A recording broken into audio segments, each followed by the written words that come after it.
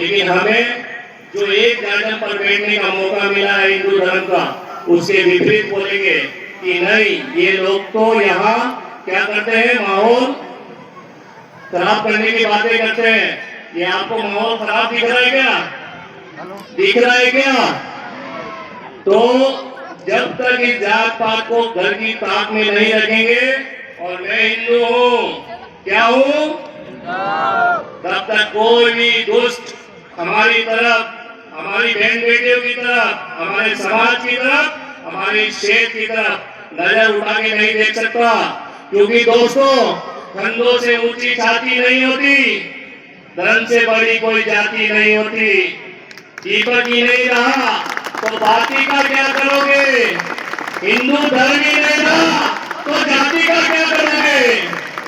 इसलिए मैं ये कहना चाहूंगा कि घर में बने गरीब का, घर में बने गरीब का कुटिया की रक्षा हो, मंदिर तिलक कमंडल चुटिया की रक्षा हो, घर में सोते गरीब की खटिया की रक्षा हो। ऐसा धर्म बनाना कि बिटिया की रक्षा हो, ऐसा धर्म बनाना कि बिटिया की रक्षा हो। भारत माता की, भारत माता की। इसी क्रम में मैं अब आग्रह करना चाहूंगा ऐसे व्यक्तित्व को जिनकी वाणी में सच्चाई है, जिनकी वाणी में मधुरता है, जिनके शब्दों में ज्ञान व आध्यात्म की गहराई है, जिनके कर्मों में समाज सेवा की परछाई है, ऐसे हमारे आज के मुख्य वक्ता आदरणीय हेमराज जी भाई साहब, सेवा विभाग प्रचारक कार्यवाह, राष्ट्रीय सेवक सेवक संघ पधारे और हमें मार्गदर्शन दें। आदरणीय हेमराज जी भाई साहब।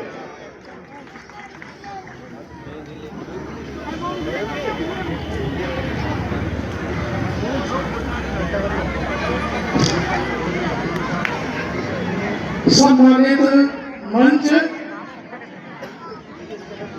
इस बस्ती की पधारी हुई माताएं भगिनी, हिंदू सम्मेलन के आयोजक समिति, इस बस्ती के युवा साथियों एवं बुजुर्गों, आज हम सभी यहाँ पर एक विशेष कार्य के निमित्त एकत्रित आए हैं। आज कोई त्योहार नहीं है, आज कोई पर्व नहीं है, लेकिन फिर भी हम यहाँ पर एकत्रित आए हुए हैं। इसका ये कार्य है हिंदू सम्मेलन। हिंदुस्तान के अंदर हिंदू सम्मेलन करना पड़ रहा है।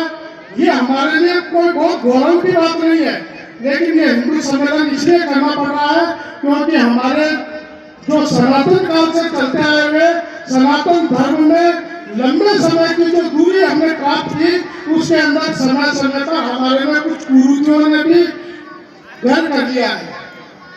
मैं अपनी बात को प्रारंभ करने से पहले एक कविता के माध्यम से अपनी बात को शुरुआत करता हूँ कि वह देश देश क्या है जिसमें लेते हो जन्म शहीद नहीं। वह देश देश क्या है जिसमें लेते हो जन्म शहीद नहीं। वह खाक जवानी है जिसमें मर मिटने की उम्मीद नहीं। और वो माँ बेकार सपूती है, वो माँ बेकार सपूती है जिसने कायल सुट जाया है, और वह टूट सपूत नहीं जिसने अपनी माता का दूध रजाया है। सुख पाया तो इतना जाना, थोड़ा सा सुख मिला और इतने लग गए कि मेरे जैसे इस दुनिया में कोई नहीं है। सुख पाया तो इतना जाना, दुख पाया तो तुम ना जाना। ये भी क्या कोई जीवन है? पैदा होना और मर जाना। अरे पैदा हो तो ऐसे हो जो तात्या बलवान हुआ, जैसे तात्या टोपे हुआ था, और मरना हो तो ऐसे मर जो भगत सिंह कुर्बान हुआ। और जीना हो तो वह ठान जो कुंवर सिंह ने ठानी थी, 80 साल की उम्र में उसने तलवार उठाई थी। जीना हो तो वह ठान जो कुंवर सिंह ने ठानी थी, और जो जीवन का अमर हुई वो झांसी की रानी थी। तोपों पर पीठ बनाई थी, तोप के ऊपर पीठ मांगी कि अपने दूसरे साथियों का नाम बताइए, नहीं तो तुम्हारे को उड़ा दिया जाएगा। तो उन्होंने कहा नाम बताने के बाद में क्या मौत नहीं आएगी क्या? मौत तो तब भी आनी है, तो तुम आराम से तोपका गोला चलाओ, जल्दी करो, मुझे वापस सनातन धर्म में जन्म देना और तुम्हारे जैसे पापियों का विनाश करना है। इसलिए तोपों पर भीड़ बनाई थी, पेड़ों पर फांसी खाई थी, फिर भी उन दीवानों के मन में रत्ती भर सिकन आई थी। वो भी माँ के प्यारे थे, वो भी ऐसा नहीं है कि वो ऐसे कोई अनाथ बच्चे थे, वो भी अपनी माँ के प्यारे थे, जननी के वीर दीवारे थे, अपने घर के रखवाले थे, अपने बच्चों के रखवाले थे। रख याद कि तू भी उनका वंशज भारतवासी है और ये जननी और जन्मभूमि फिर बलिदान की काशी है, फिर आवश्यकता है। अब गोलियां खाने की आवश्यकता नहीं है, धर्म के लिए जीने की आवश्यकता है, धर्म के लिए मरने की आवश्यकता नहीं है। धर्म के लिए मरने वाले लोगों ने खूब बलिदान दिया, इसलिए आज हम ये सम्मेलन करने योग्य बने हैं।